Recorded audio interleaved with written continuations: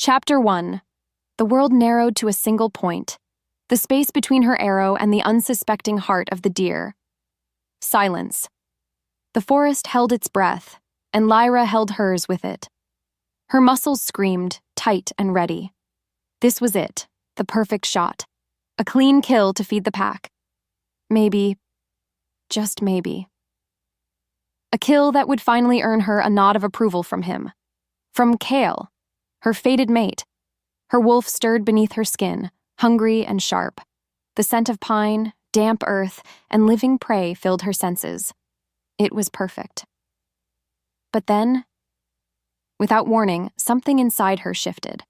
The world tilted on its axis. In the span of a breath, a vision slammed into her. Not with her eyes, but with her soul. She saw it, clear as day. The deer's heart, but it was wrong. Sickly. A flicker of black rot, like poisoned veins, pulsing just beneath the hide. A wave of cold dread washed over her. The sickness. It was in the forest. Her body moved on instinct. Her fingers loosened for a fraction of a second. Just like that, the moment was gone. Snap! A twig broke somewhere to her left. The deer's head shot up. Its eyes, wide with terror, found hers. And then it was gone. A white tail flashing between the ancient trees, swallowed by the shadows. The silence it left behind was heavy, accusing. What was that? The voice was low, cold steel scraping against stone. Kael. Her heart skipped a beat, a painful, frantic thing in her chest. She turned slowly. He stood not 10 feet away, a ghost who had appeared from nowhere. He wasn't yelling. He never yelled at her. It was always worse than that. It was this crushing, quiet disappointment. His eyes, the color of a stormy sky, raked over her, and she felt as small as a lost child. I saw something. Her voice trembled, betraying her. The deer, it was sick. He let out a short, humorless breath. It looked healthy enough as it ran away with our dinner. No, you don't understand. Lyra! Another voice, this one warm and rumbling, cut through the tension. Her brother Jax jogged into the clearing. His broad shoulders and easy confidence were a shield she had hidden behind her entire life. He stopped, his gaze flicking between her and the pack alpha. What happened? Your sister hesitated, Kael said, his words clipped. He didn't even look at Jax. His stormy eyes were still locked on her. The hunt is over, because of her. There will be other deer, Jax said, his tone defensive. Lyra doesn't miss. If she hesitated, there was a reason. Kael's lip curled, a subtle, cruel movement. There's always a reason, isn't there? Before either could speak again, he turned his back on them. The gesture was so casual, so dismissive. It cut through her more sharply than any snarled insult ever could. Without another word, he melted back into the forest, a silent predator leaving his failed tool behind. The space between them burned with his absence. Her chest ached, a deep, familiar pain. No matter how hard she tried, she was always a disappointment. Deep down, she knew the truth. Or at least, the truth they all believed. She was the unbalanced twin, the bad omen, the shaman girl whose magic was a curse, not a gift. And he, her fated mate. He believed it too. Chapter 2. That night, the silence stretched between them, thick and suffocating. Lyra sat by the creek that marked the edge of their pack's territory, trailing her fingers in the icy water. The moon watched her, a cold, silver eye in the dark sky. You can't let him get to you, Jack said, his voice a low rumble beside her. He tossed a stone into the water, shattering the moon's reflection. He's my fated mate, Jax, she whispered, the words tasting like ash. He's supposed to be the other half of my soul, but he looks at me like I'm a disease. Kael is complicated, Jack started, but then he sighed, running a hand through his dark hair. No, he's an ass. He's been a different kind of ass ever since his father died and he took over as alpha. Colder. Maybe it was fate that he felt that way. She didn't know what scared her more. The idea that Kael hated her, or the idea that he was right to. "I saw it again," she confessed, her voice barely audible. "The sickness. When I looked at the deer, it felt cold, empty, like a shadow was eating it from the inside out." Jax's posture stiffened. "Are you sure?" "I've never been more sure of anything." He was silent for a long moment, his brow furrowed in thought. In fact, he was the only one who ever truly listened. He didn't understand her spirit sight, not really, but he believed her. Because of that, she could survive almost anything. Almost. "You need to be careful, Lyra," he said finally. "Don't talk about this to anyone else. They'll just use it against you, against us." "I know. I mean it." His voice was firm. "Promise me." "I promise." Another silence fell, but this one was softer. "The claiming ceremony is in 2 weeks," she said, the words full of a desperate, fragile hope. "Once he claims me, officially, it will be different. The bond will settle. He'll see. He'll feel that I'm not a curse. The pack will have to accept me then. That's why it has to work." Jax looked at her, his expression pained. "Lyra, what if he doesn't?" Her breath caught. "Don't say that." "I have to. You're putting your entire life, all your happiness, into the hands of one man. A man who looks at you like you're a broken toy he's forced to keep." "He's my mate," she insisted, a tear finally escaping, hot against her cold skin. "The goddess doesn't make mistakes." "No," Jax agreed softly, "but wolves do." He wanted to say more. She could see it in his eyes. More importantly, she saw the worry that he tried so hard to hide. She was his sister, the strange, quiet twin to his bright, powerful alpha wolf. He had been protecting her since birth. Not only that, but he had fought for her, bled for her, and stood between her and the pack's suspicion more times than she could count. But then his eyes shifted, looking past her into the deep woods behind them. His body went still. A low growl rumbled in his chest. "What is it?" she whispered, her own instincts surging. As if pulled by a string, she followed his gaze. Shadows danced between the trees, but one shadow was different. It was watching them. An elder wolf, his fur a ghostly silver in the moonlight. Fenris. His expression was grim, his old eyes heavy with a sorrow she didn't understand. The moment their eyes locked, a chill that had nothing to do with the night air crept down her spine. He knew something. Before she could move, before she could even process the warning bell screaming in her head, he turned and vanished back into the darkness, as if he was never there at all. Chapter 3. Come morning, a strange tension gripped the village. It was quiet. Too quiet. Wolves moved with a heavy slowness, their eyes averted, their conversations hushed whispers that died as soon as Lyra and Jax approached. The air was thick with a feeling she couldn't name, a mix of fear and grim anticipation. "Something's wrong," Jax muttered, his hand resting instinctively on the hilt of the hunting knife at his belt. A growl rose in her throat in agreement. The wrongness was a scent in the air, a spiritual stench of decay that was getting stronger. It was the sickness. She could feel it, clear as day, a cold spot in the middle of their bustling home. As if summoned by their unease, a commotion erupted from the center of the village. Shouts, gasps, the crowd parted. Her world tilted. Lying on the packed earth was Fenris, the elder wolf from the forest. But he wasn't a shadow now. He was terrifyingly real. His great chest rose and fell in shallow, rattling breaths. His beautiful silver fur, once so vibrant, was now dull and matted, as if covered in a fine layer of dust. He was a mighty warrior, one of the pack's strongest. And now, he was dying.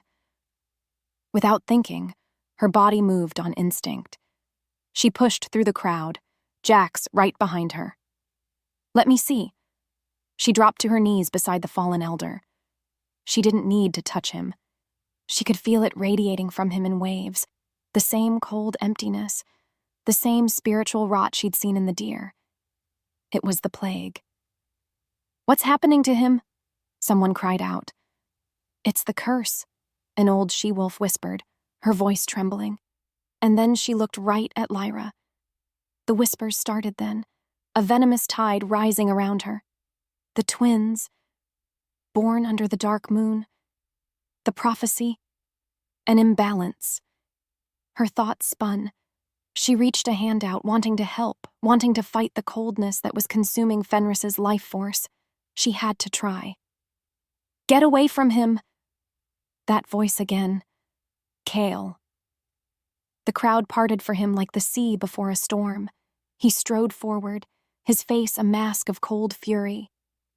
He didn't look at Fenris. He didn't look at the worried faces of his pack. His eyes, those stormy, unforgiving eyes, landed directly on Lyra, on her outstretched hand. To make things worse, he saw not a healer trying to help, but a curse staking its claim. He saw the source of the rot. He saw her. The moment their eyes locked, something inside her shifted. The fragile hope she'd nurtured for a lifetime didn't just crack. It shattered. And just like that, everything changed. Because in his eyes, she saw not just disappointment, not just disapproval, but a chilling, absolute certainty. He saw a monster, and she knew, with a terrifying clarity that stole the breath from her lungs, that he was about to convince the world that he was right. Chapter 4. That night, the council fire roared, spitting embers into the dark sky like angry stars. The whole pack was there. Every wolf, every pair of eyes was filled with the same raw, ugly thing. Fear. Fenris was dying. 2 more warriors had collapsed since morning, their strength leaving them like air from a punctured lung. The plague wasn't a whisper anymore. It was a scream. And Kael. He stood on the Alpha's rock, letting the silence stretch until it was a living, breathing monster among them. He was a statue carved from granite and ice, her fated mate, the man whose rejection was a fresh, bleeding wound inside her. When he finally spoke, his voice wasn't a roar. It was calm, measured, which made it 1,000 times worse. "There is a sickness in our lands," he began, his voice carrying effortlessly over the crackling flames. "A poison that weakens our strongest and frightens our young. We have all felt it. We have all seen it." He paused, his stormy eyes sweeping over his pack. They hung on his every word. "The elders have reminded me of the old words, of the prophecy spoken at the birth of the twins." His gaze left the crowd. It moved, slow and deliberate, and then it landed on her. Her breath caught. A cage of ice snapped shut around her heart. "A brother of sun and strength," Kael recited, his voice ringing with false sorrow. "And a sister of shadow and spirit. Born together yet unbalanced. One will be the pack's strength, the other, its ruin." A wave of murmurs rippled through the crowd. Accusation, confirmation, no. "Lyra's spiritual nature," Kael declared, his voice rising now. "It is a beacon for this curse. It is an open door for the darkness that seeks to devour us. She is the imbalance. She is the ruin." "That's a lie!" Jax's roar was thunder. He stepped in front of Lyra, his body a wall of pure fury. "You twist the old words to find a scapegoat." Kael ignored him. His eyes were locked on Lyra, cold and empty. In that moment, she saw the truth. This wasn't a new decision. This was a verdict he'd reached long ago. Because of that, she knew what was coming next. "As Alpha of the Blackwood Ridge Pack," he said, his voice dropping to a formal, chilling tone. "As the guardian of its life and future, I must cut out the poison before it kills us all." The space between them burned. Her soul screamed, "I, Kael, reject you, Lyra, as my fated mate." The words were not just sound. They were a blade of pure ice that slammed into her chest and shattered the sacred bond that had tied their souls together from birth. The pain was blinding. A part of her was ripped away, leaving a gaping black void that would never heal. Crack. Something inside her broke. And then, chaos. No! Jax's scream was inhuman. He exploded, his body twisting, bones snapping, fur bursting from his skin as he launched himself at Kael, a blur of righteous fury. But the warriors were ready. Of course they were ready. They swarmed him, a tide of muscle and teeth. A desperate, snarling fight erupted at the foot of the rock. Lyra couldn't move. She couldn't breathe. Her world had ended. She stood frozen in the firelight, the ghost of a broken bond bleeding into the dirt at her feet. She was nothing, just a curse after all. Chapter 5. Pain was a distant thing, a dull echo from a world that didn't matter anymore. They were dragging her. Her feet stumbled over roots and stones, but she barely felt it. Rough hands gripped her arms, pulling her deeper and deeper into the forest's dark heart. Moments later, they dragged Jax beside her. He was back in his human skin, his face bruised and bleeding, his hands bound tightly behind him. A low, constant growl was vibrating in his chest. He was fighting. He was still fighting. She couldn't. The place inside her where her fight lived was now just a hollow, empty cavern. Eventually, they arrived. A clearing. A place she'd only heard of in hushed, fearful whispers. In the center of it, a great monolith of black stone reached for the sky like a dead man's finger. It was ancient, covered in spiraling glyphs that seemed to writhe in the moonlight. The air here was cold, heavy with the weight of old blood and forgotten magic. The pack elders were waiting. Their faces were grim masks in the flickering torchlight. Without another word, the warriors shoved her and Jax against the cold stone, their backs pressed together. Rough ropes scraped against her skin, binding them to the monolith. This was it, the point of no return. An elder approached her, his eyes filled with a terrifying, holy light. He dipped his fingers into a wooden bowl and smeared a thick, foul-smelling paste on her forehead. It smelled of dried blood and bitter herbs. An offering to the old ones, the elder chanted, his voice a dry rasp. We give the curse back to the shadows that spawned it. We cleanse our pack with this sacrifice. May the forest take what is owed. Sacrifice. The word finally pierced the numb fog in her mind. To make things worse, they weren't just exiling her, they were giving her to the forest. As a meal.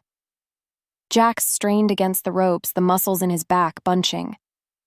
I will kill all of you, he snarled, his voice raw with a pain that went deeper than his wounds. I swear on my mother's soul I will hunt you down and tear you apart. They didn't listen, they just turned. The whole pack, the wolves she had grown up with, the people she had tried so desperately to belong to, turned their backs, and they walked away. They left her. They left them to die. As the last torch disappeared into the trees, a new kind of silence fell. It was a hungry silence. The forest was awake now, and it was watching. Lyra? Jax's voice was a strained whisper behind her. Lyra, talk to me. They left us, she whispered back, the words cracking. I know. Try to get your hands free. We have to. His voice was cut off by a sound from the darkness, a low, guttural growl that wasn't from a wolf. It was heavy, wet, something ancient and wrong, the sound of a predator that had just been served its dinner. Her heart, the broken, bleeding thing in her chest, began to pound a frantic, final rhythm. The silence stretched.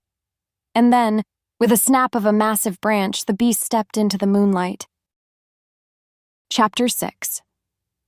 It was a creature woven from shadows and nightmare. Bigger than a bear, its fur was a matted, tangled mess, and its shape was horribly wrong, hunched and twisted.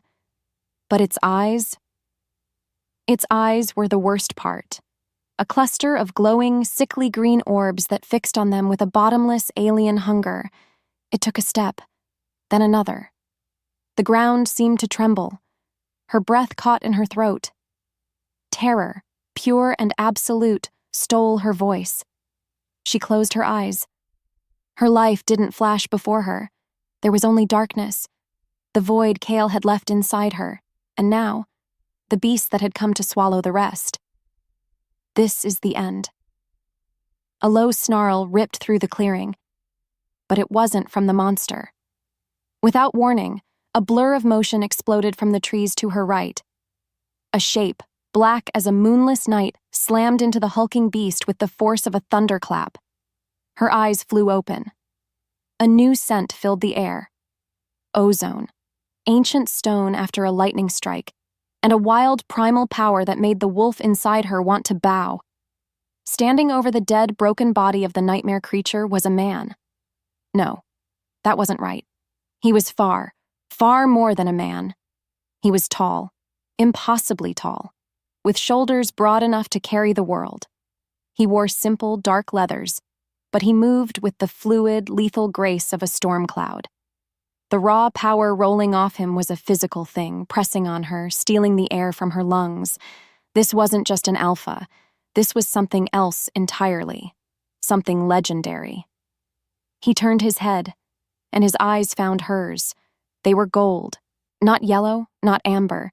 They were pure, molten gold, blazing with an intelligence so old it made her soul ache. And in those eyes, she saw no pity. She saw no surprise. As if fate demanded it, she saw recognition. He stalked toward the monolith, his steps silent. He didn't even look at the ropes binding her. He reached out a hand, fingers long and powerful, and simply pulled. The thick, heavy rope snapped like rotten thread. She stumbled forward, freed. Her knees gave out and she would have fallen, but he caught her.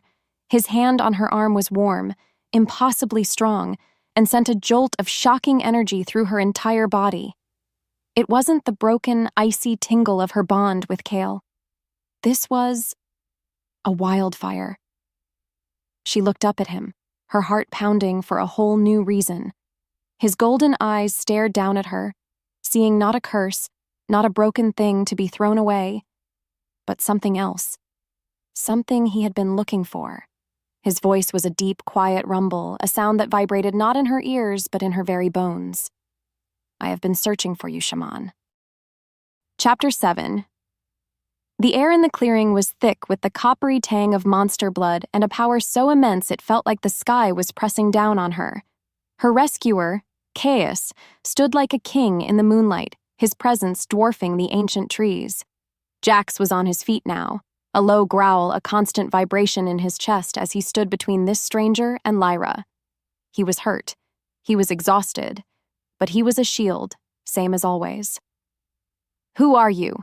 Jax demanded, his voice rough. Caius's golden eyes moved from Lyra to her brother. He didn't seem angry or threatened. In fact, he seemed patient, like a mountain watching a river flow by. "I am Caius," he said, and the name, just the name, was enough. It settled in the air with a weight of centuries. The power contained in that single word silenced her brother's growl. But then, Caius's gaze returned to her, and the intensity softened, just a fraction. "Are you harmed, Lyra?" Her name on his lips. It sounded like a secret the world had been waiting to tell. Her throat was dry. "No," she managed to whisper. How do you know my name?" "I know many things," he said, his voice a low, soothing rumble. "I know that the sickness ravaging your pack is not a plague, but a magical curse. I know it was crafted by a shaman who has allowed his power to be twisted by bitterness and shadow." Her thoughts spun. A magical curse? A corrupted shaman? It was too much. "And the prophecy?" she asked, the words feeling like poison. "The one that says I'm the ruin of my pack?" A sad, tired smile touched Caius's lips. "A lie," he said simply. "A convenient lie, twisted from a much older, much more important truth. The real prophecy does not speak of an imbalance. It speaks of a union destined to restore the fading magic of our world." He took a step closer. Jax tensed, but Caius's eyes never left Lyra's. "The prophecy speaks of the last true shaman, a wolf with the soul of the forest and a heart full of empathy. And it speaks of an ancient alpha, a guardian meant to be her anchor to the physical world. Her heart was pounding, a frantic drum against her ribs. She didn't know what scared her more: the words he was saying, or the terrifying, impossible hope that was beginning to bloom in the barren wasteland of her soul. Their bond, Kael continued, his voice dropping to a near whisper, would be a beacon of power, a shield against the very darkness that now seeps into the land. The prophecy spoke of my mate. He stopped, standing right before her now. He was so tall she had to crane her neck to look up at him, and in his golden eyes she saw the weight of 1,000 lonely years. And I have spent centuries searching for you. The world tilted. The silence roared. From a curse to a savior. From a rejected outcast to the prophesied mate of this ancient, powerful being. It couldn't be real. It felt like another, crueler kind of dream. Truth be told, a part of her was screaming to run. This was a trap, another trick. As if sensing her turmoil, Jax found his voice. He was ever the protector, ever the practical one. "So what do you want from her?" he asked, his voice sharp with suspicion. Caius finally looked away from Lyra, meeting her brother's gaze without flinching. His answer was simple, and it changed the entire world. "I want to help her save it." Chapter 8. They traveled for days, leaving the suffocating shadows of Blackwood Ridge far behind them. Caius led them into the unclaimed lands, a place of wild, untamed magic. The trees here were giants, their branches like gnarled arms reaching for the sky. The air itself felt different, buzzing with an energy that was both thrilling and terrifying. It was a world Lyra's suppressed senses had only ever dreamed of. "Don't hide from it," Caius said one afternoon, his voice startling her from her thoughts. He had been walking in a comfortable silence beside her while Jack scouted ahead. "Your senses, your gift. You've spent your life building walls to hold it back. It's time to let them fall." Her first instinct was fear. That gift was what had cost her everything. But then she looked at him, at the quiet confidence in his golden eyes, and something inside her shifted. She took a breath. A real one. And she let a wall crumble. Immediately, the world flooded in. She could feel the steady, slow life in the ancient trees. She could hear the whispers of the wind as it told stories to the leaves. It was beautiful. To make things worse, she could also feel the sickness. It was here too. A spiritual coldness, a faint, ugly taint on the land, like a creeping frost that killed everything it touched. "It's spreading," she whispered, horrified. "Yes," Caius said, his expression grim. "Faster than I feared."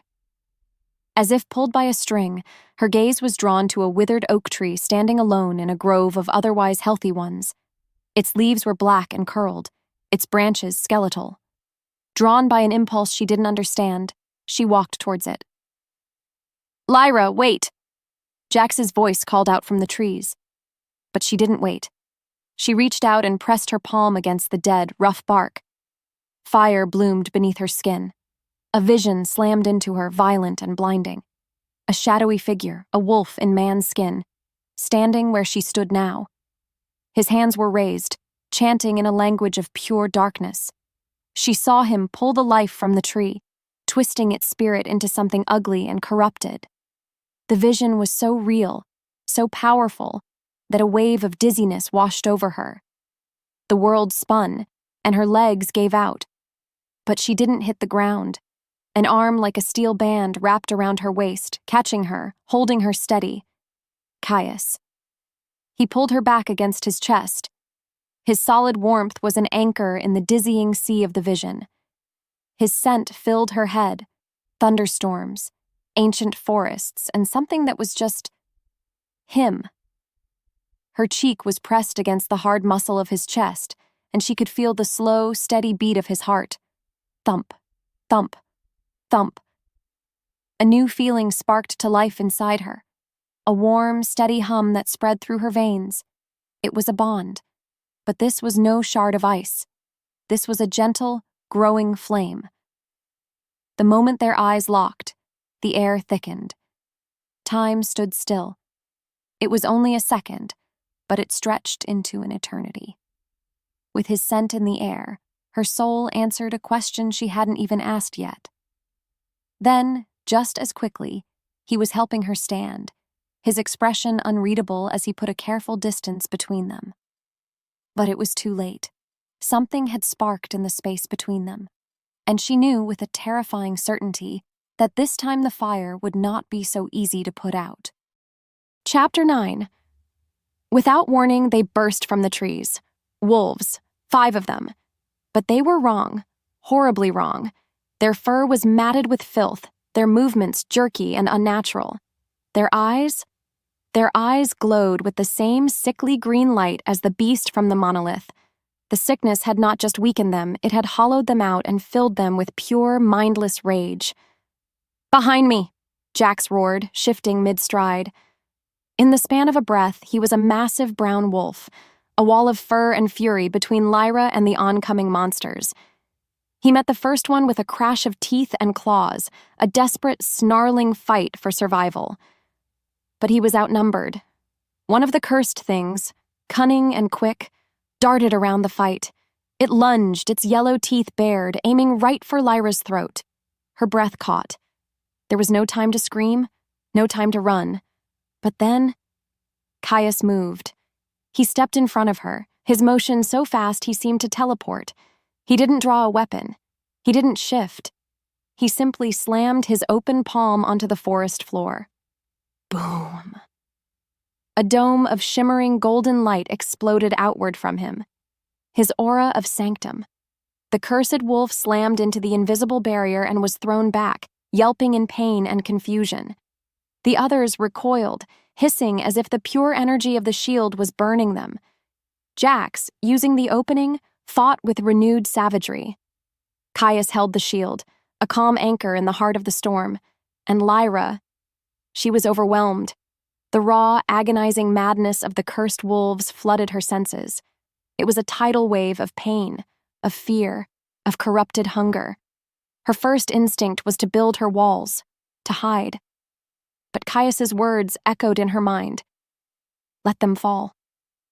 Deep down, she knew the truth. Hiding wouldn't save them. So she did the opposite. She opened herself up completely. She let the full force of their suffering wash over her. She didn't just see their pain. She felt it. She embraced it. And then, with every ounce of her will, she pushed back. Not with force, not with anger. She pushed back with a silent, spiritual cry of pure, undiluted empathy. A wave of profound sorrow for what they had lost. A wave of gentle calm. The effect was instantaneous. The crazed, snarling wolves faltered. Their green eyes flickered. For just one crucial second, the madness in them was quieted by a deep, shocking confusion. "Now!" Caius yelled. It was the opening they needed. Before the wolves could recover, Caius dropped the shield. Jax created a final diversion. And they were gone, melting back into the deep woods. They ran until their lungs burned, finally collapsing in a hidden, moss-covered hollow miles away. Jax, panting as he shifted back, looked at her with wide, shocked eyes. "What did you do?" She didn't know how to answer, but Caius did. He was looking at her, and the unreadable mask was gone. In its place was something that looked almost like awe. His golden eyes blazed with a new, fierce light. When her name left his lips, it changed everything. "Lyra," he said, his voice low and intense. "Your empathy is not a weakness." The tension broke. Her world tilted once more. It is a weapon. Chapter 10. The scent hit them first, not the smell of death. That would have been better. This was the smell of nothing. Of dust. Of cold, empty air where the warm scents of life, wood smoke, and cooking food should have been. They stood on a ridge, looking down at a village nestled in a valley. But the word village was a lie. This was a graveyard. A silent, perfectly preserved tomb. "No," Lyra whispered, a cold weight settling in her chest. Jax let out a low growl beside her, the fur on his neck bristling, but it was Caius's reaction that scared her most. He went completely still. His face, usually a mask of calm authority, became something she had never seen before. It was the face of a man looking at a ghost from his own past. The grief in his golden eyes was ancient and terrifyingly deep. In that moment, she knew. He had seen this before. Slowly, cautiously, they descended into the valley of the dead. The silence was a physical thing, pressing in on them, muffling the sound of their own footsteps. The houses were all there. Doors were left ajar. A child's toy lay abandoned in the dirt. A pot still sat over a cold, dead fire pit. But there were no bodies, no signs of a struggle, no blood. There was just nothing. It was as if every wolf in the pack, every man, woman, and child, had simply ceased to exist. Their spirits had been scrubbed from the world. "What kind of monster does this?" Jax's voice was a choked, angry rasp. Lyra felt a wave of nausea. The spiritual coldness here was absolute. It was a void, a hole in the world that sucked all warmth and life into it. This wasn't just a plague. This was an annihilation. As the silence stretched, she saw the full, horrifying scale of the antagonist's plan. He wasn't just killing wolves. He was erasing them. While her pulse raced, Caius walked to the center of the village, his movements stiff. He knelt and touched the ground, his eyes closed. The air around him shimmered with a faint golden light, but then it sputtered and died, unable to find any life to connect with. "He leaves nothing behind," Caius said, his voice hollow. "Not even echoes, not even ghosts." The words hung in the dead air, a death sentence for the entire werewolf race if they failed. The pressure was immense, a physical weight on her shoulders. She wanted to run, to scream, to hide from this impossible task. But then, her eyes caught on something wrong. In the very center of the dead village, in a circle of otherwise healthy-looking grass, stood a single sapling, or what was left of one. It was completely withered, its bark black and peeling, its twigs like tiny skeletal fingers. It looked as if it had been struck by lightning, but there were no scorch marks. It was just dead. Unnaturally dead. Her world narrowed. As if pulled by a string, she felt a powerful, undeniable pull toward it. It was the heart of the emptiness, the epicenter of the void, and it was calling to her. Chapter 11. Her body moved on instinct. "Lyra, don't!" Caius's sharp warning came too late. Her fingers brushed against the dead, brittle bark of the withered sapling. The world didn't just tilt. It shattered. A vision, more powerful and violent than any she had ever experienced, ripped her from the real world. She wasn't in the village anymore. She was somewhere else. Somewhere ancient and dark. And she was not alone. Before her stood the antagonist. He was old, so old his skin looked like dried leather pulled taut over a skull. His eyes were pits of shadow, burning with a cold, bitter fire that had raged for centuries. She could hear his thoughts, not as words, but as a poison tide of pure emotion. "Thieves!" his soul screamed. "They built their packs on stolen magic. The wild magic was never theirs to claim. I will take it back. I will reclaim every last drop." She saw him perform the ritual. He wasn't just killing the wolves of the village, he was pulling their spirits, their very essence, from their bodies. He was draining them like a man drains a cup, and she saw the stolen life force swirl around him, a storm of shimmering, ghostly light that he then absorbed into himself. He was not just a murderer, he was a collector. And then the vision shifted. To make things worse, she saw the world as he did.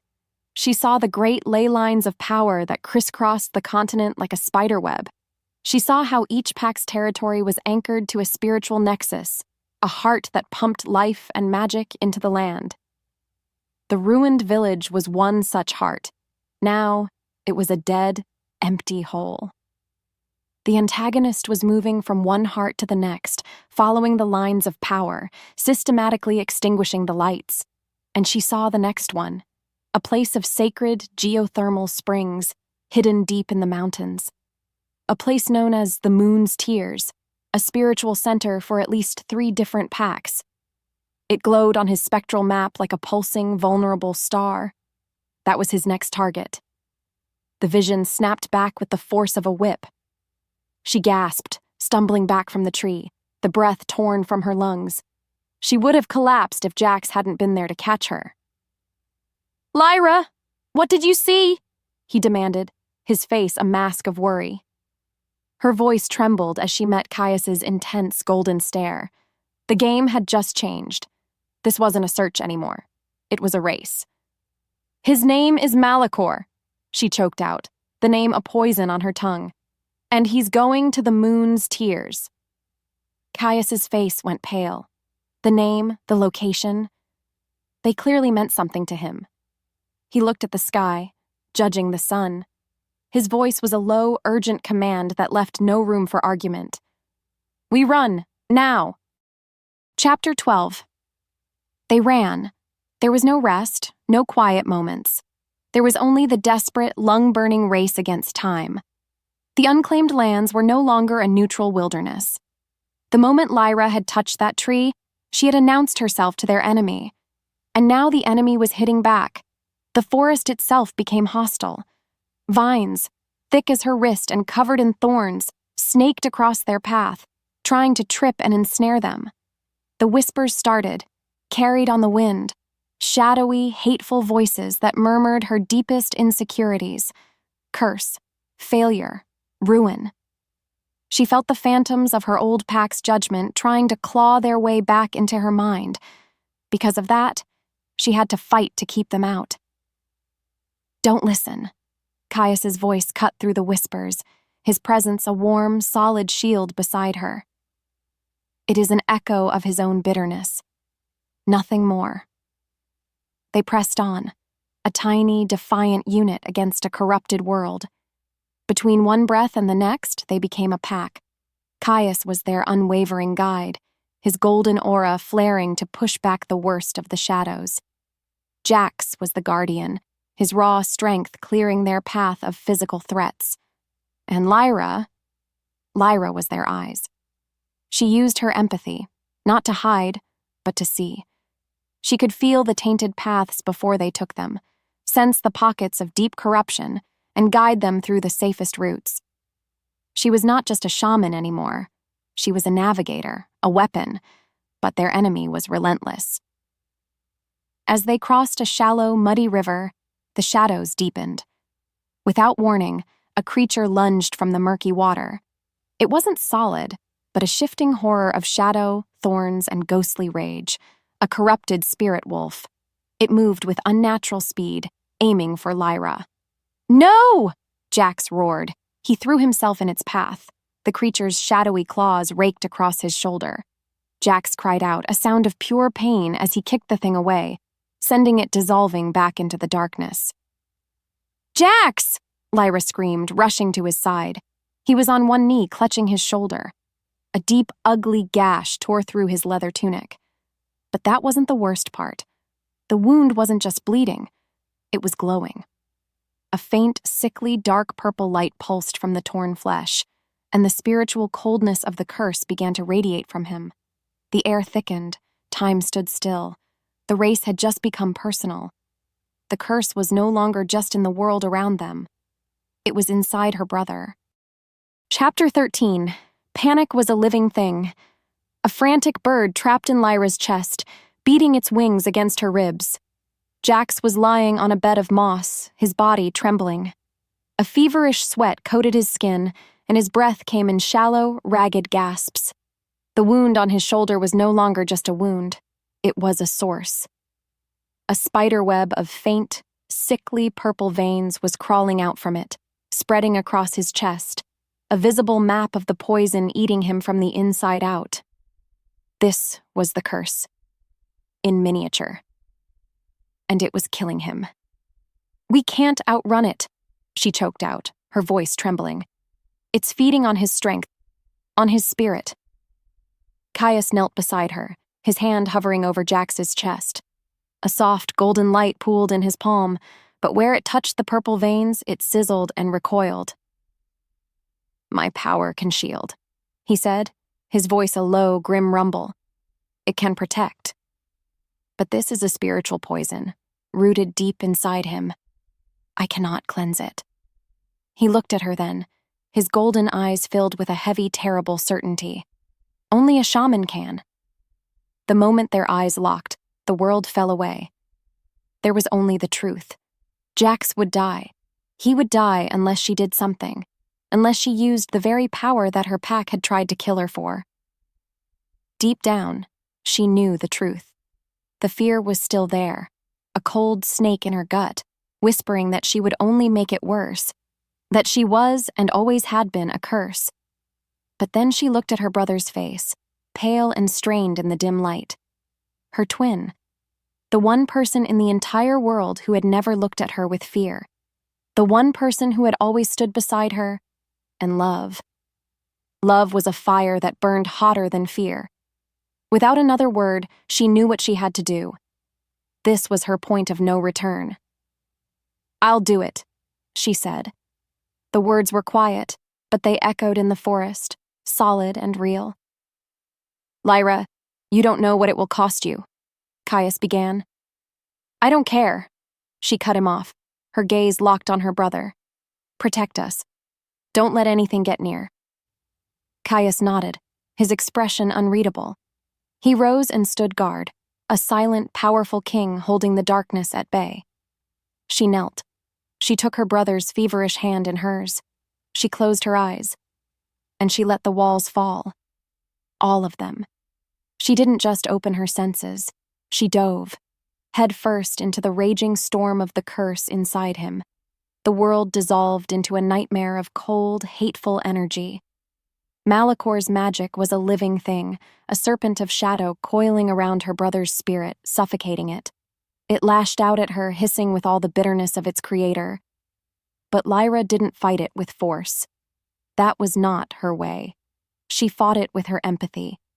She pushed her own warmth, her own light, her own unwavering love for her brother into the coldness. She didn't just try to heal the wound. She showed the curse the strength of their bond, a light so pure and bright that the shadows could not comprehend it. It was agony. It felt like trying to hold back the ocean. It drained her, pulling at her own life force until she felt she would fade away into nothing. But she held on. For Jax. With a final, silent scream that was part love and part defiance, she pushed with everything she had, and the serpent of shadow. It dissolved.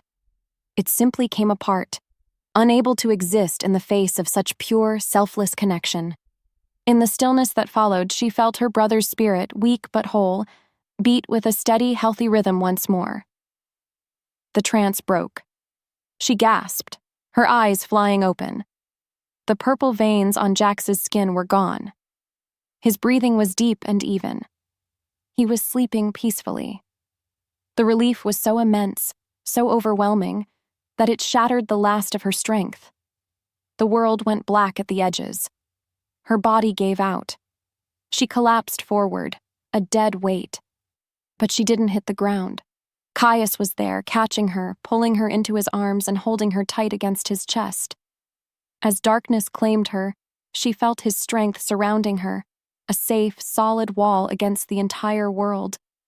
And she let it happen. Chapter 14. She woke to the smell of wood smoke and the soft crackle of a fire. For a moment, she was confused. She felt warm, safe. She was wrapped in a thick fur cloak, her head resting on something solid and comfortable. Her thoughts spun as she slowly realized she was leaning against Caius, her head pillowed on his shoulder, his arms securely around her. He sat staring into the flames, his profile carved from moonlight and shadow. Not too far away, Jax was sleeping. The color returned to his face, his chest rising and falling with an easy, healthy rhythm. She had done it. She had saved him. "You were gone for a long time," Caius's voice was a low rumble, so close it vibrated through her. He didn't look down at her. I was concerned. I've never done anything like that before, she whispered, her voice hoarse. I felt him. Malachor. His magic is so old, so full of hate. And you defeated it, Caius said, his voice filled with a quiet awe that sent a shiver down her spine. You did something I have not seen another shaman do in 1,000 years. You did not just mend. You cleansed. Beneath the moonlight, a fragile vulnerability bloomed between them. She was too tired to keep her walls up, and he seemed to have let his own royal guard down. I was so scared, she confessed. I thought I was going to lose him. Fear is a part of it, he murmured. But you did not let it rule you. You chose love. That is where your true power lies, Lyra. Not in your sight, but in your heart. He finally turned his head, and his golden eyes met hers. In their depths, she saw not just a king, but a man who understood loss, a man who had seen too much of it. The air thickened. The space between them burned with unspoken things. When her name left his lips, it was a promise. I will not let him harm you again. They reached the moon's tears by midday. It was a place of breathtaking beauty, a series of natural, steaming hot springs, their water a stunning turquoise, nestled in a hidden cove high in the mountains. This was a sacred place, a heart of the world. But they were too late. A creeping darkness, like black ink dropped in water, was already swirling at the edges of the largest pool. Malachor's ritual had already begun. We can't fight him here, Jack said, his hand on his knife. Not with his power focused like this. We don't have to, Lyra said, her eyes fixed on the darkening water. Her fear was gone, replaced by a cold, hard resolve. A new plan was forming, born of her newfound confidence. He's poisoning it from the outside, so I'll fight him from the inside.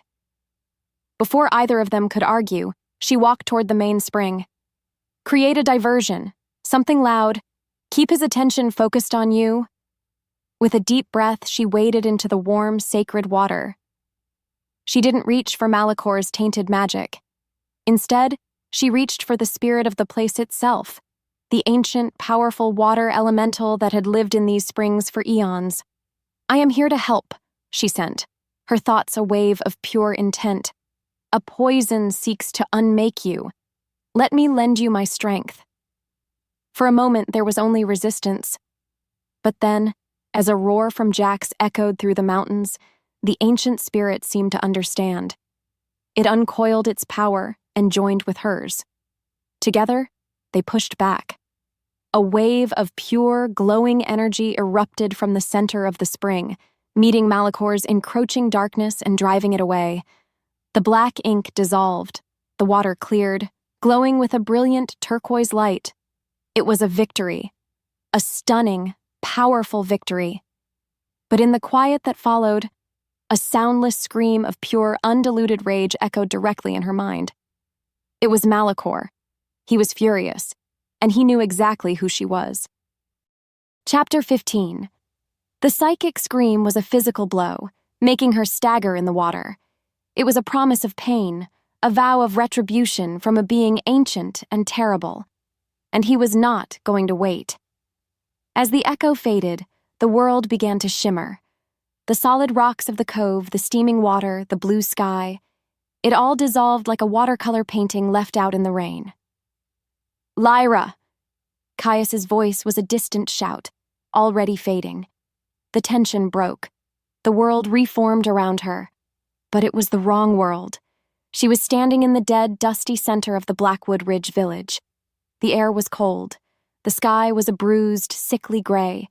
A profound sense of failure and despair washed over her. It was an illusion. She knew it was an illusion. But it felt so real. Lyra. Her heart stopped. She turned. It was Kael, her former mate. He stood before her, his stormy eyes filled not with cold accusation, but with a desperate, heartbreaking regret. You were right, the phantom whispered, taking a step towards her. about everything. The sickness. It's taking us all. Fenris is gone. More fall every day. He looked broken, beaten. I was a fool, blinded by fear and bad counsel.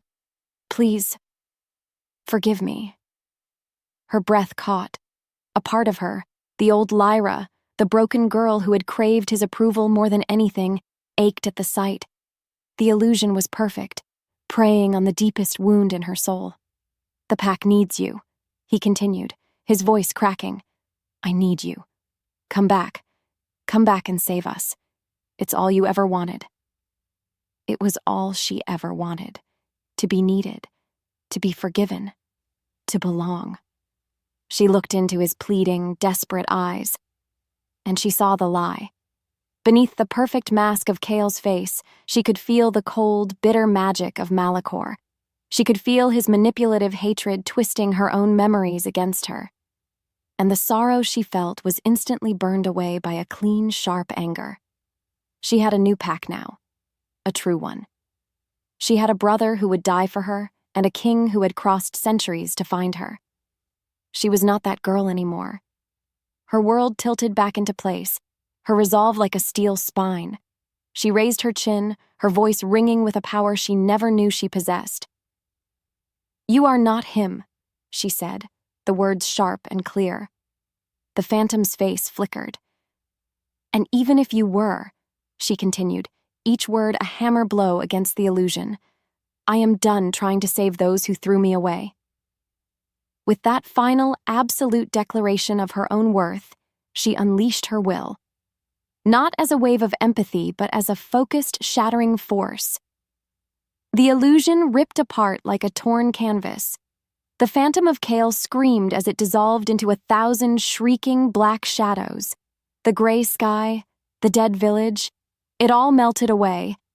And as her senses returned, as the warm air of the moon's tears rushed back in, she found herself standing in the real world once more. She was not alone. Standing at the edge of the spring, his withered face contorted in a mask of pure murderous fury, was Malachor. And he was looking right at her. Chapter 16. The fight was not a fight. It was a storm, and they were nothing but leaves caught in its gale. Malachor moved with a speed that defied his ancient frame. He was a blur of dark leather and killing intent. A wave of his hand sent a torrent of pure, unmaking energy slamming into them.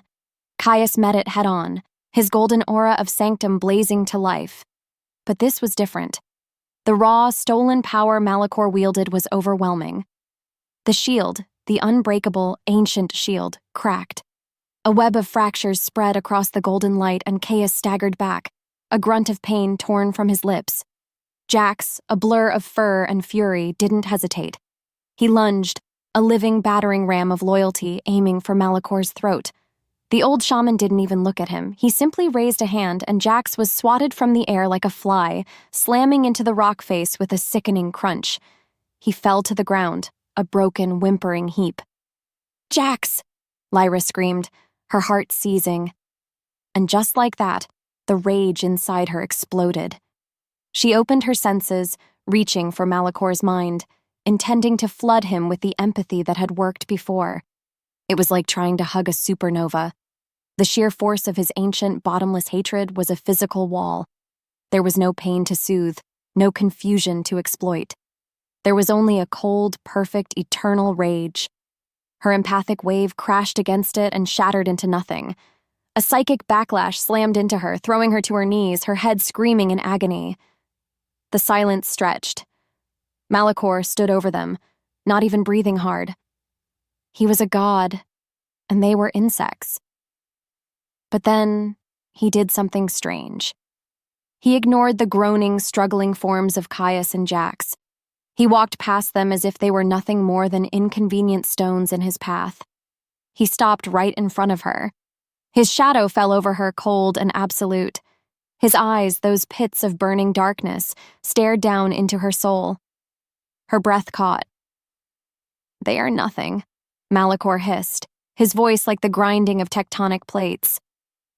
"The Alpha King is a memory. The brother is a dog on a leash." He knelt, his withered face uncomfortably close to hers. She could smell the dust of ages on him, the scent of stolen spirits. "But you," he whispered, a terrifying curiosity in his voice. "You are the key, the last true well of the old magic. And before I drink you dry—" His voice dropped, filled with a chilling academic cruelty.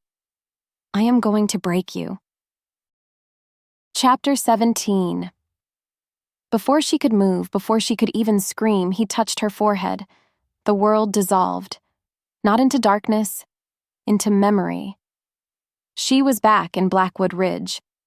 But it was a nightmare version, twisted and cruel. The sky bled a perpetual sickly twilight.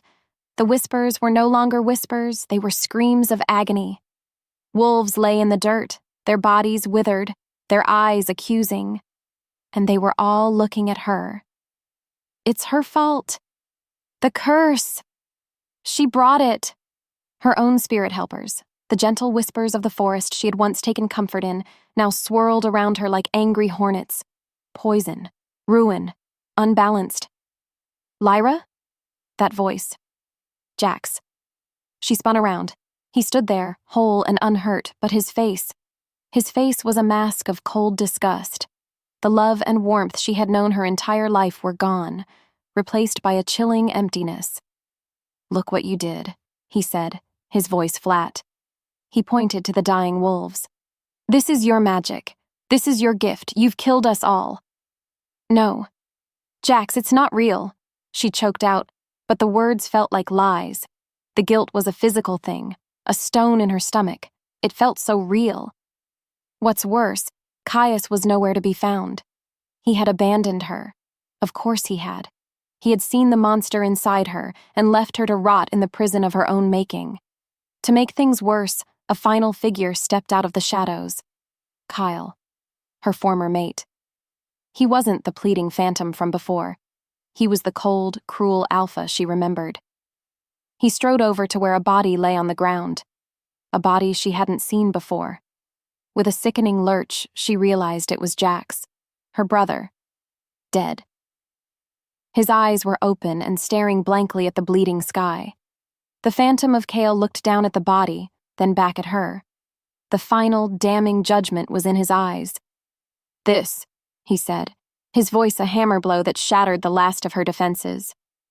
"This is all your fault." Chapter 18. The words echoed in the silent, dying world of her mind. All your fault. And in that moment, she believed him. The fight just went out of her. The desperate struggle to believe she was something more, the fragile hope that she could be a savior instead of a curse. It was too heavy. It had always been too heavy. And now, she was tired. So tired. She stopped fighting the whispers. She let the guilt wash over her, a cold, familiar tide. It was easier this way. It was the truth she had been running from her entire life. She was a monster. She was a poison. In the psychic prison, Lyra curled into a ball on the cold, hard dirt next to the illusion of her dead brother. She closed her eyes. And for the first time since she was a little girl, she let the darkness take her completely. In the real world, at the moon's tears, Caius watched in horror. He saw the light in Lyra's eyes go out. Her body, which had been trembling with the psychic assault, went completely limp. The vibrant, powerful aura that had blazed around her, the aura of a true shaman, flickered. It sputtered. And then it turned a dull, lifeless gray. "No," Caius whispered, pushing himself to his feet, his own body screaming in protest. Malachor smiled. It was a terrible sight, a crack in a desert landscape. He placed a hand on Lyra's head, and the real horror began. A faint, dark energy, the color of a deep bruise, began to seep from Lyra's unconscious form. It flowed from her, a river of stolen life, and was siphoned into the waiting, withered form of the ancient shaman. He was drinking her soul. Jax, dragging himself across the ground with a broken arm, could only watch, a choked, helpless sob tearing from his throat. Lyra's power, Her light, her very essence, was being consumed, and she wasn't fighting back. She had given up. In the quiet that followed, broken only by the sound of Malicor's feasting, there was no hope. There was only the end. In the psychic prison of her mind, everything, finally, went dark. Chapter 19. Darkness and silence. A complete and total void. She was nothing, a forgotten thought in a dead universe. The pain was gone. The fear was gone. Everything was gone. And it was almost peaceful. This was the end she deserved. The end of a curse. Lyra. A sound? No, not a sound. A feeling. In the absolute, crushing blackness of her psychic prison, a single tiny light appeared. It was no bigger than a pinprick. It wasn't bright. It wasn't a rescue. It was just warm. She felt it. Clear as day. It was the echo of Jax's stubborn, unwavering loyalty. It was the echo of Caius's ancient, patient belief. It wasn't a rope pulling her out. It was just a reminder that somewhere, beyond the self-hating prison she had accepted, they were still there. They still believed in her, even when she didn't. And in the echo of their faith, a question formed. A voice, her own, speaking from a place deeper than despair. Is this who you are? A monster? A poison? The cold, familiar answer tried to rise up. Yes. But then, something else stirred, a tiny spark of defiance. She had just lived through her greatest fear. She had accepted her own damnation, and she was still here. What could be worse than that? What followed was a revelation, quiet and profound. Her empathy. She had always thought of it as a weakness, because it forced her to feel the pain of others, a curse that made her absorb their suffering. But she was wrong. Empathy wasn't about absorbing pain. It was about understanding it. And her power. It wasn't a poison meant to destroy. It was an answer. The core emotional question of her entire life, am I a curse or a gift, finally had its answer. Just like that, everything changed. The tiny spark of defiance inside her didn't just flicker, it ignited. Her eyes snapped open in the psychic void. The crushing darkness no longer seemed infinite and terrifying. Instead, it just seemed small, pathetic. A prison built of lies. She rose to her feet in the darkness of her own mind, and with a single silent thought born of absolute self-acceptance, she shattered it from the inside out. Chapter 20. The world slammed back into focus with a gasp. She was on the ground. The air of the moon's tears was cold on her skin. Caius and Jax were a few feet away, wounded, watching in horror. And Malicor was standing over her, his hand on her head, a shocked, furious expression on his withered face. The river of dark energy that had been flowing from her into him snapped. She had woken up. Impossible! The ancient shaman hissed. But then Lyra pushed herself up, her movements fluid and sure. The gray, defeated aura around her was gone. In its place, a light began to blaze.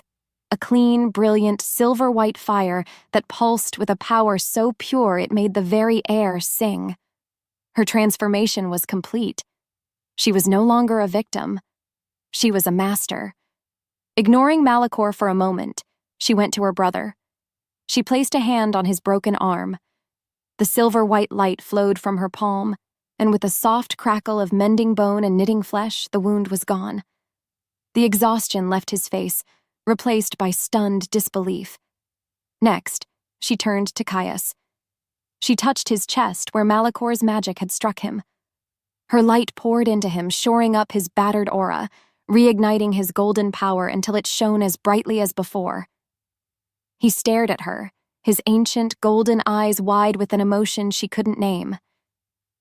"He's not hoarding power," she said, her voice clear and strong, ringing with a new authority. The truth unraveled for them all. Not really. He's starving. His spirit is so twisted with hate that he can no longer draw on the world's magic. So he has to steal it from others to survive. She looked at the furious, disbelieving face of their enemy. "That's why our plan can't be to destroy him," she declared, and her new path became clear. "We can't fight his hate with more hate. That's a battle he'll always win."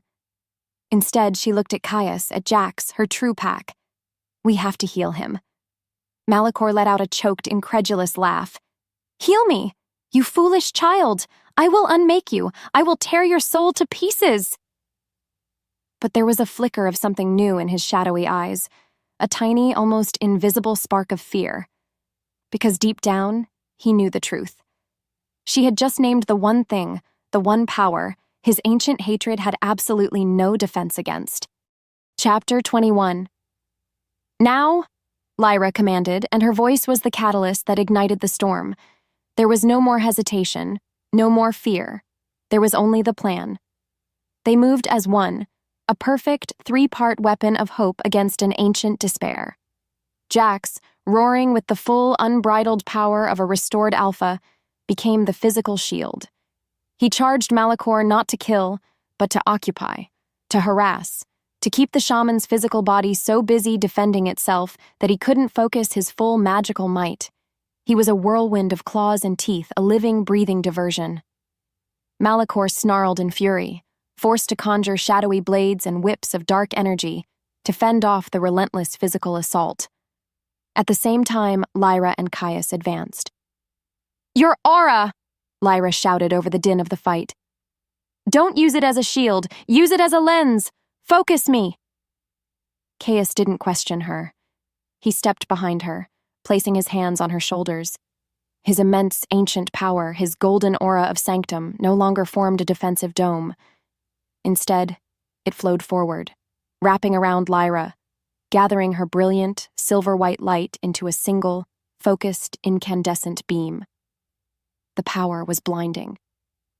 "I will not be undone by sentimental filth," Malachor screamed, finally throwing Jax back with a powerful blast. He turned his full attention on them, his hands weaving a complex spell of pure annihilation. A vortex of black, soul-eating energy formed between his palms. They pushed forward, walking directly into the storm of his hate. The air crackled, the ground shook. Jax scrambled to his feet, preparing for another charge. Caius grunted with the strain of focusing so much raw, untamed power. And Lyra? Lyra was serene.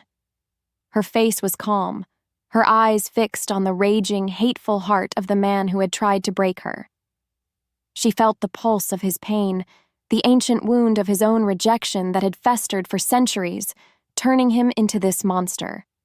With every step he took, with every pulse of her own power, she knew what she had to do. They were almost there. 10 feet. 5. Malachor unleashed his vortex of despair. The beam of silver and gold light met it, and pushed it back. As if the world narrowed to this single point in time, she broke through the final, desperate barrier of his magic. The vortex dissolved into harmless wisps of shadow, and before he could react, her hand, blazing with a light so bright it was almost painful to look at, landed gently on his chest. Chapter 22. Her hand rested on his chest. Time stood still. The world held its breath. Malachor's ancient, shadowy eyes widened in shock, not at an attack, but at the sheer, baffling gentleness of the touch. There was no blast of power, no searing pain. Instead, a light flowed from her, a silver-white river of pure, unfiltered empathy. She didn't push against his hate.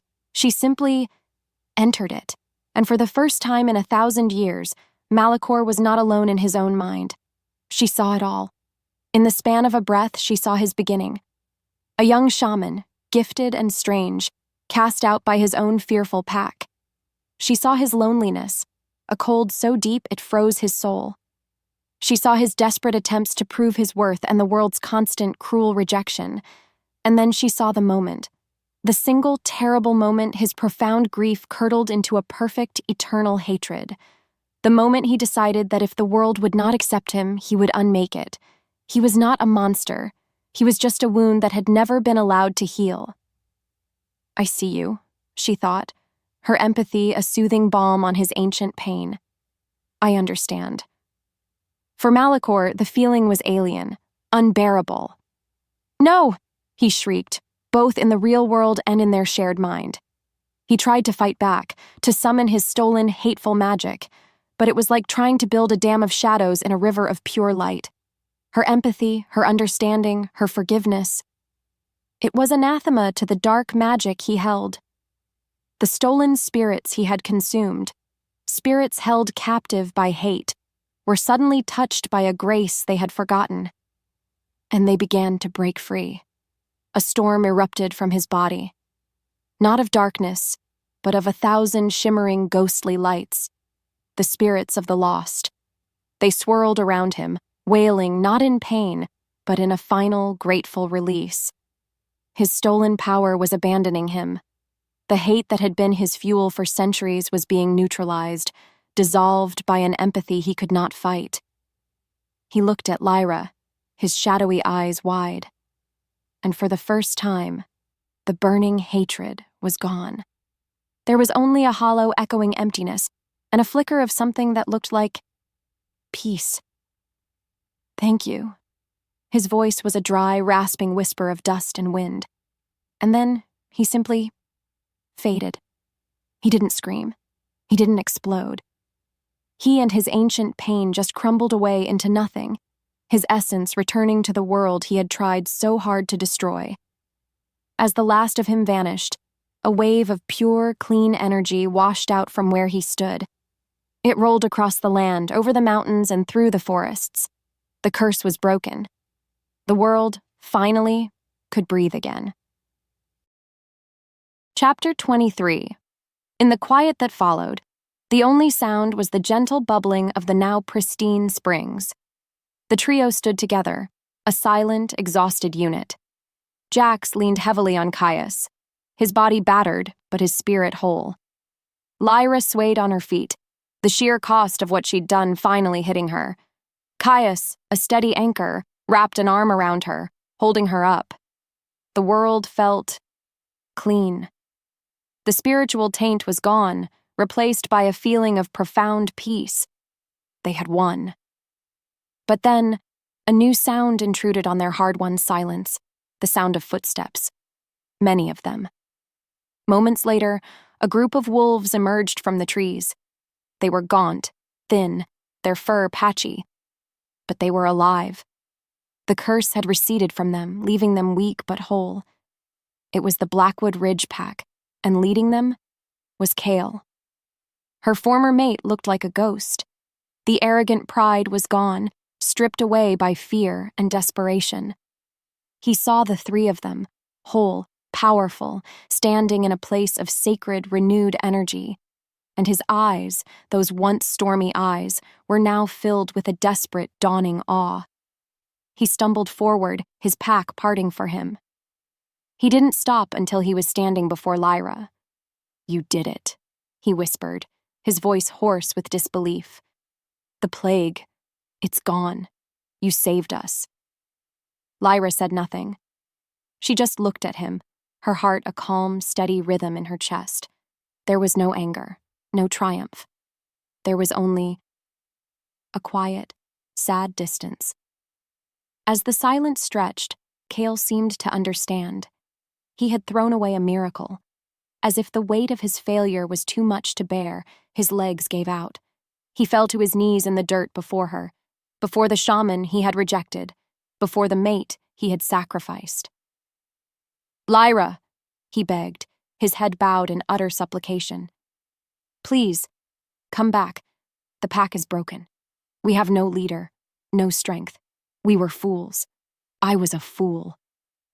He finally looked up, his eyes swimming with a desperate, pleading hope. "Come home. Lead us. It's what you were always meant to do.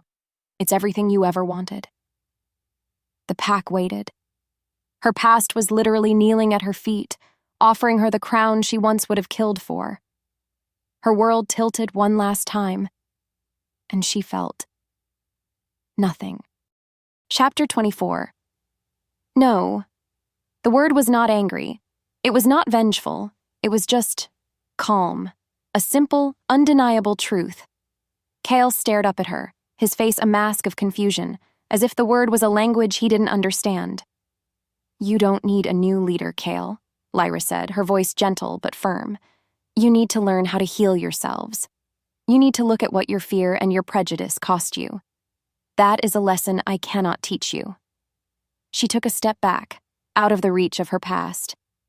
"My home is not with you anymore." With that, she turned her back on him.